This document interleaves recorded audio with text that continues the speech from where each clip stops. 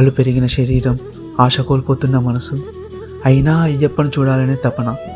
చీకటి దారిలో అలసిపోయిన ఒక భక్తుడు తన వేదనను, ఆవేదనను ఆ స్వామికి ఎలా చెప్పుకున్నాడో ఈ పాట రూపంలో విందాం.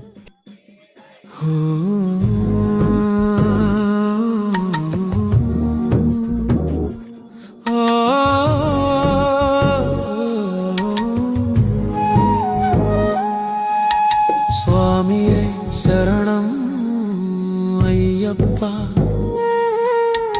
ఓ అయ్యప్ప శరణం.